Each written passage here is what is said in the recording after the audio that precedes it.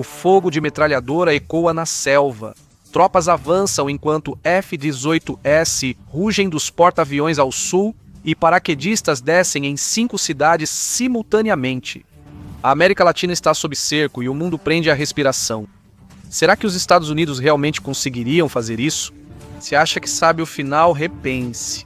No episódio de hoje do The Infographics Show, exploramos o que ocorreria se os Estados Unidos da América tentassem tomar a América Latina. Cerca de 10 mil toneladas de projeção de poder americana estão a 200 milhas da costa da Venezuela. O USS Gerald R. Ford está lá há meses, desde que os Estados Unidos da América iniciaram sua primeira guerra oficial contra os cartéis. Seu convés está organizado. O caos à espera. Então a ordem é dada. No bunker em Doral, Flórida, o comandante do Southcom dos Estados Unidos da América ordena executar.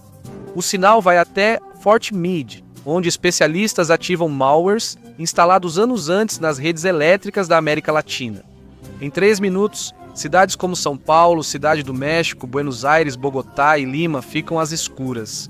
O trânsito para, hospitais oscilam, trens param nos túneis. Os Estados Unidos provaram o conceito com os Stuxnet em 2010. Aquilo foi cirúrgico, isto é continental. Às 4h15 um segundo ataque acontece. Desta vez, espaço, sistema de posicionamento global, relógio invisível da vida moderna, redes elétricas, sistemas financeiros e torres de celular, tudo afundando juntos. Se tirar isso, a infraestrutura se autodestrói em minutos. É a arma secreta que democracias modernas esperavam nunca usar. 15 minutos depois, a guerra começa. No USS Gerald R. Ford FA-18 Super Hornet, decolam a cada 90 segundos com 4 JDAMs de 2.000 libras para 47 alvos. 47 locais de defesa aérea que levaram décadas para serem construídos, todos destruídos antes do nascer do sol. Tudo o que resta são crateras fumegantes. A famosa rede de radares Sabre M60 do Brasil, criada por Embraer e Exército Brasileiro, é a primeira atingida. Capaz de rastrear 40 alvos simultaneamente ao integrar um sistema de defesa antiaérea de baixa altitude. As instalações param de funcionar de repente. Com antenas destruídas por munição de precisão, Mach 2 dos S-300 russos da Venezuela têm desempenho ainda pior. Essas baterias custam 500 milhões de dólares cada. Elas são obliteradas antes que os operadores possam sequer girar seus lançadores. Às 4h45, 16 mil paraquedistas da 82, a divisão aerotransportada dos Estados Unidos da América, se aproximam da zona de salto. Vindos de Fort Bragg, Carolina do Norte, seus C-17 Globemaster seguem ao sul a 800 km por hora, com destino à Cidade do México, Bogotá, Lima, Brasília e Buenos Aires. Sua missão é tão importante quanto a Operação Varsity, último salto aéreo dos aliados sobre o Reno em março de 1945. O salto foi um sucesso. Agora os americanos estão menos confiantes. A dimensão dessa operação já impressiona. Cidade do México, com 9 milhões de habitantes, receberá 3 mil paraquedistas americanos em seu distrito governamental. O mesmo ocorre nas capitais da Colômbia, Peru, Brasil e Argentina. É como a Normandia vezes 5, tudo ocorrendo simultaneamente em cidades cheias de civis e policiais armados. O pico de tropas na Guerra do Iraque foi de 170 mil soldados, controlando um país do tamanho da Califórnia. A América Latina tem quase 8 milhões de milhas quadradas, com 650 milhões de pessoas. Ninguém considera a matemática da ocupação ainda. Agora é sobre velocidade, choque, força avassaladora antes que alguém possa organizar resistência. Por isso, os paraquedistas não aterrissam sozinhos. 15 minutos após, os fuzileiros navais dos Estados Unidos da América chegam às praias de ambas as costas ao mesmo tempo. A primeira divisão de fuzileiros navais de Camp Pendleton invade os portos de Acapulco, Buenaventura e Cajal, no Pacífico. A segunda divisão de fuzileiros navais de Camp Lejeune assume o lado do Atlântico. Veracruz, Cartagena, Santos. Navios de assalto anfíbio desembarcam veículo de assalto anfíbio 7 nas praias, enquanto helicópteros AH-1Z Viper dão cobertura. Eles haviam treinado para assaltos entre ilhas no Pacífico. Esta era uma ordem diferente. Esses portos comerciais movimentam bilhões em comércio por ano. Todo navio, porta-contêineres e trabalhador do cais ou estivador está agora em zona de combate. Será preciso habilidade para lidar com esse possível campo minado.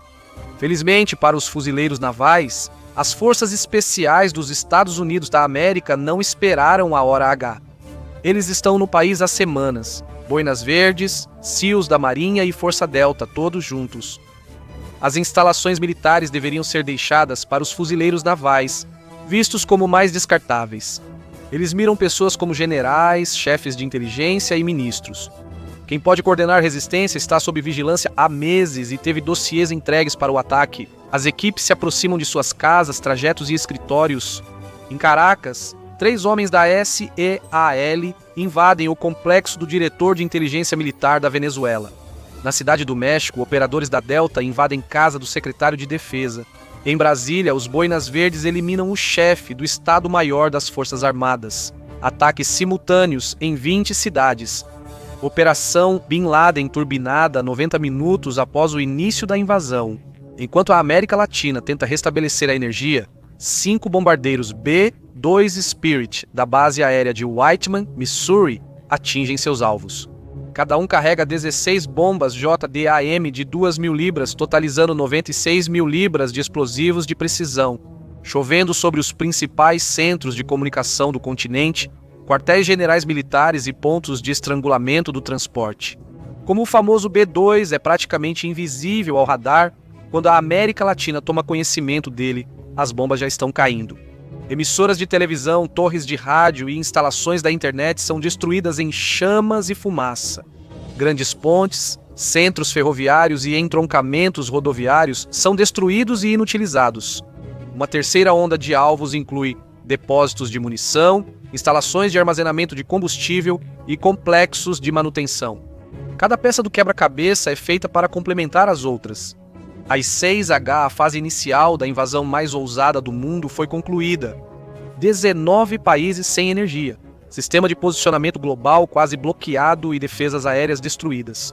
5 capitais têm tropas estrangeiras em seus distritos governamentais. A liderança militar e política-chave está morta ou desaparecida, e o sol está apenas começando a nascer sobre o Atlântico. Este é o poder máximo da superpotência americana. É isso que 885 bilhões de dólares anuais em defesa parecem sem restrições. Isso é choque e pavor, refinados em 3 décadas de guerras pós-tempestade no deserto.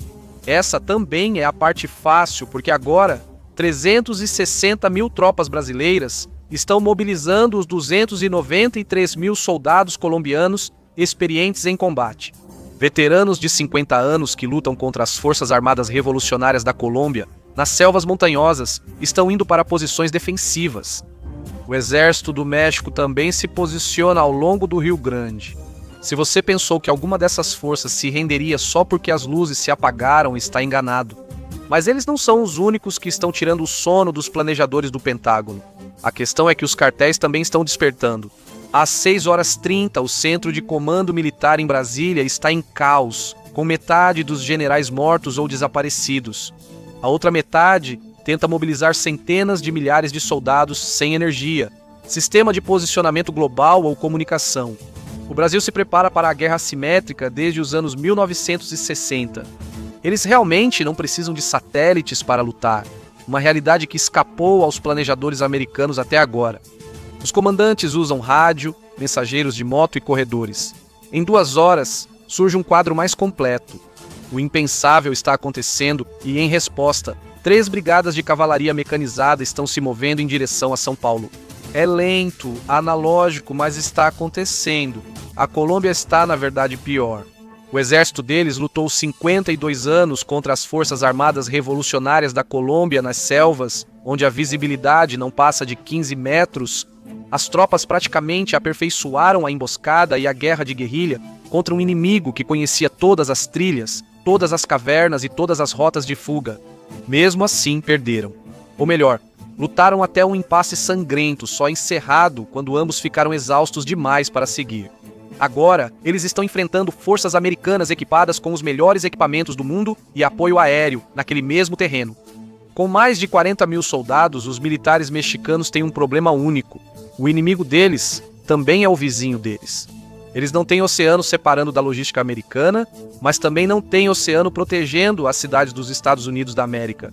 Monterrey está a 300 milhas de San Antônio e Ciudad Juárez fica do outro lado do rio de El Paso. Em poucas horas, unidades de artilharia mexicanas estão se posicionando ao longo da fronteira, totalmente cientes de que podem perder a vida tentando fazer as linhas de suprimento americanas sangrarem. Na cidade do México, 3.000 paraquedistas americanos acabaram de aterrissar no Parque Chapultepec, um dos muitos espaços verdes no coração da capital mexicana. Fica a pouco mais de 1 hora de marcha até o Palácio Presidencial. O pouso foi exemplar, formação fechada, baixas mínimas, equipamento intacto. Em poucos minutos, eles estabeleceram um perímetro. A cidade desperta. Inicialmente, pensa-se em ajuda para desastres, não em guerra. Talvez tenha ocorrido um terremoto ou ataque terrorista. As pessoas checam notícias no celular, nada, ainda sem energia. Um policial mexicano para no perímetro em expansão e chama o comandante pelo rádio, mas ninguém sabe o que fazer. Sem comunicações, não há ordens do comando central. Às 06h45, a 82ª avança para Los Pinhos, o complexo presidencial. Eles avançam rápido com armas, montando pontos de controle, civis se dispersam. Agora está claro. Isso não é uma operação conjunta, e sim uma invasão.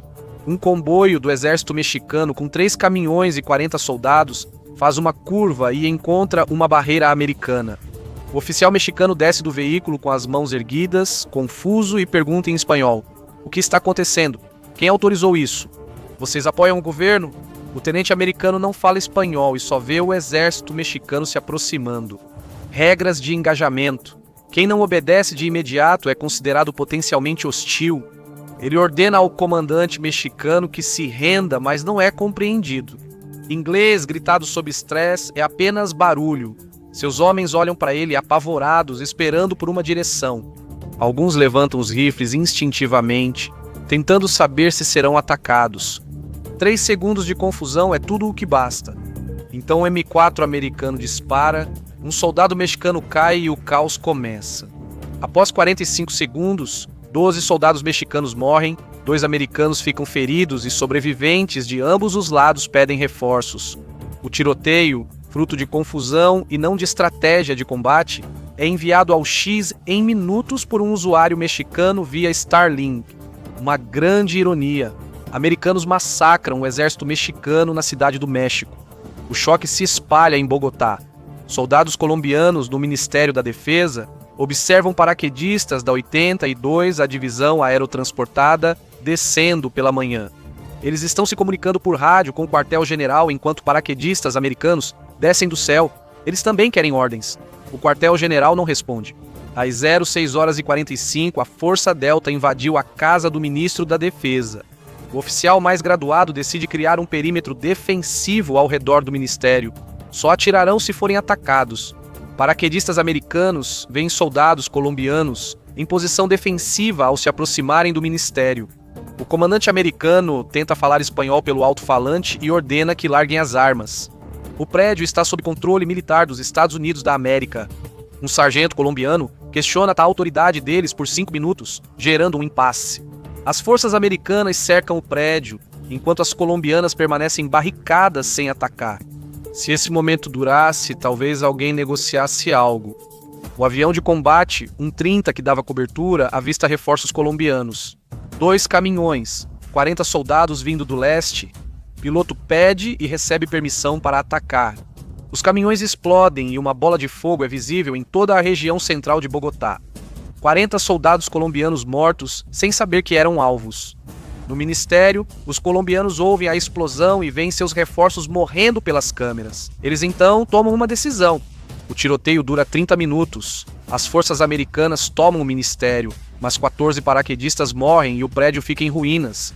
Às 7 horas, na conhecida Paraisópolis, em São Paulo, surgem boatos de que americanos invadiram a América Latina. Mas invadiram ainda soa estranho. Vieram de onde? O que está acontecendo?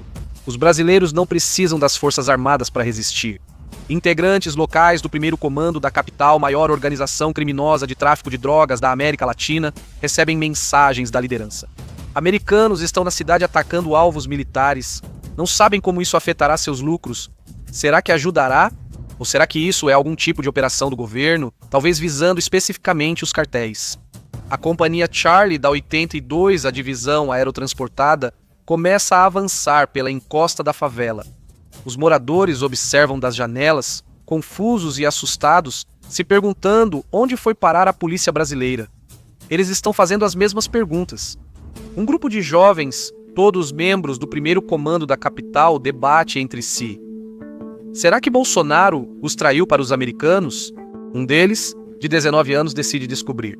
Ele se aproxima da linha americana, mãos visíveis, falando em português e perguntando o motivo da presença deles. Um jovem soldado americano, claramente cheio de adrenalina, ordena que ele se deite no chão. O jovem não fala inglês. Ele continua se aproximando, ainda fazendo perguntas em voz alta. Então o soldado atira no centro do peito. O jovem cai. Seus amigos observam de uma janela a 10 metros. Eles viram um americano matar o amigo deles por uma pergunta. Eles pegam armas como AKs, Uzis, arma leve, 15S e espingardas e abrem fogo. Os americanos estão prontos. Em segundos começa um confronto total. Mais membros do primeiro comando da capital se juntam à briga. Moradores presos em suas casas estão gritando, crianças chorando. Alguém atira um lança-granadas propelido por foguete do telhado, erra o alvo e explode na parede, lançando estilhaços nos soldados. A Companhia Charlie chama apoio aéreo. Um F-22 chega em minutos e começa a atacar os alvos. Exceto em uma favela, não existe alvo militar que também não seja a casa de alguém. Cada tiro do canhão Gatling de 20mm causa uma raiva existencial difícil de conter. Quando a Companhia Charlie se retira, 7 soldados americanos estão feridos e 3 mortos. As baixas na favela são de 43 mortos, incluindo 16 moradores civis que estavam em prédios atingidos. Em Acapulco, os cartéis veem que a caça aos soldados americanos está aberta. Quando a primeira divisão de fuzileiros desembarcou, eles observavam com binóculos das vilas nas colinas. O cartel Jalisco Nova Geração domina o leste de Acapulco e enfrenta militares e polícia mexicana há anos. Presumiram que as forças americanas vieram apoiar o governo mexicano, intensificando a pressão sobre os cartéis e possíveis operações da Drug Enforcement Administration. As informações vêm pelas redes do cartel. Os americanos atacam tudo, não há mais governo mexicano para apoiar. O comandante regional do cartel Jalisco Nueva Generación conclui: se os americanos atacam a soberania mexicana e as forças mexicanas lutam contra eles, então o inimigo do meu inimigo é aliado. Ainda é complicado. Mais importante, com as forças do governo distraídas ou destruídas, as americanas espalhadas pelo continente e o caos em todo lugar. Esta é a maior oportunidade que os cartéis já tiveram. Eles dão a ordem para atacar. O comboio inicial de fuzileiros navais é emboscado ao avançar da praia para o interior. IEDs improvisados com explosivos de fertilizante desativam o viatura blindada leve 25 da frente. Tiros de armas automáticas disparados de prédios dos dois lados imediatamente. Um lança-granadas propelido por foguete atinge o veículo traseiro, prendendo o comboio. Os fuzileiros respondem com força avassaladora. Metralhadoras, M200 e 40 lançadores automáticos de granadas Mark 19. Tudo o que tem direito. Os prédios de onde veio o fogo desabam sob ataque. Os combatentes do cartel somem. Essa é a tática. Eles só querem fazer os americanos sangrarem e sumir. 4 fuzileiros mortos, 11 feridos. O comboio volta mancando para a praia, enquanto o cartel recupera o fuzil e o equipamento de um fuzileiro abatido. Seu corpo é jogado em uma rodovia sob uma narcomanta que diz: é isso que acontece com invasores cartel Jalisco Nueva Generación. A mensagem se espalha pelas redes do cartel em menos de uma hora. Americanos são alvos fáceis, matem-nos. Sem lei ou governo, resta só território e poder. Ao proteger o Distrito Industrial de Monterrey, os fuzileiros navais dos Estados Unidos da América encontram algo impossível. Soldados do exército mexicano e membros do cartel lutam juntos enquanto um comboio mexicano avança por avenida principal. Sicários do cartel atiram de um armazém à esquerda, enquanto soldados mexicanos respondem de trás de barreiras à direita. Eles não estão coordenando, mas isso não importa. O resultado é o mesmo. Os fuzileiros navais ficam presos no fogo cruzado. O canhão automático de 25mm de um veículo blindado, leve V-25, varre as posições do exército mexicano. Corpos uniformizados caem. Sicários aproveitam a distração para disparar RPGs. Um MRAP é atingido, matando 2 fuzileiros navais. Helicópteros Apache chegam e atacam posições do cartel, veículos militares mexicanos e qualquer pessoa armada na área. O distrito industrial se torna uma zona de morte. Vídeos de soldados mexicanos mortos por projéteis de 25 milímetros viralizam. Comunicações criptografadas no México e América Central registram um fato inédito. Líderes de cartéis rivais passam a conversar. Sinaloa, Cartel Jalisco, Nueva Generación Zetas, Cartel do Golfo e Cavaleiros Templários disputam e se matam há décadas. Os americanos estão matando indiscriminadamente. As regras da Drug Enforcement Administration não valem mais. Agora é uma guerra de sobrevivência. Às 14, uma trégua é declarada. Não é paz, mas uma aliança temporária contra uma ameaça comum. A força combinada é impressionante, abrangendo centenas de milhares de membros de cartéis em todo o México e América Central. Financiamento ilimitado vindo do tráfico de drogas, arsenais de armas que incluem metralhadoras calibre .50 RPGs e até equipamentos militares capturados. Mais importante ainda, eles conhecem o terreno e a população. Eles vêm travando uma insurgência contra o próprio governo há anos. Militares dos Estados Unidos da América criaram a força insurgente mais perigosa da história do hemisfério ocidental às 6 horas. No início da tarde, as coisas já começam a sair do controle. Em Caracas, uma força aérea, 18 Super Hornet, aponta para uma bateria S-300 nos arredores. A inteligência confirma que é militar venezuelano, piloto autorizado a atacar. 2 AGM-88 Harm são disparados e atingem o alvo. A bateria explode em chamas. 3 horas depois, Moscou informa que 4 conselheiros militares russos morreram no ataque. Treinavam operadores venezuelanos no S-300. O comunicado do Kremlin é gelado. Alega que a Rússia tomará as medidas necessárias para proteger seus cidadãos e interesses. Ninguém sabe o que isso significa. De repente, todos questionam quando essa invasão não provocada deixa de ser um conflito regional e vira a Terceira Guerra Mundial. No porto de Chancay, próximo a Lima e financiado pela China por 36 bilhões de dólares, os fuzileiros navais dos Estados Unidos da América avançam para garantir o local, prevendo pouca resistência. Talvez alguns guardas peruanos, talvez alguns contratados civis. Eles encontram 200 seguranças chineses com equipamentos táticos e armas modernas defendendo os ativos chineses. No impasse, os fuzileiros navais sabem que não podem deixar uma força hostil na retaguarda. Atacar cidadãos chineses pode escalar a situação fora de controle. Durante as negociações, forças peruanas com apoio da resistência local atacam sem intervenção chinesa. Eles só defendem o perímetro, observam e registram. Em poucas horas, essas informações serão distribuídas para todos os grupos de resistência no continente. Um dia depois, a conta do açougueiro chegou. 127 mortos e 341 feridos dos Estados Unidos da América, baixas militares latino-americanas. De 3.000 a 5.000 estimativa de baixas do cartel. Baixas civis substanciais, sem contagem confiável, podem ser centenas ou milhares. Ninguém conta os corpos nos prédios destruídos. A situação estratégica é pior que os números indicam. Cada civil morto gera mais insurgentes. Todo soldado mexicano morto confusamente vira mártir. Vídeos das forças americanas destruindo casas são compartilhados milhões de vezes. O Comando Sul dos Estados Unidos da América realiza uma videoconferência de emergência. Todos os objetivos principais foram alcançados.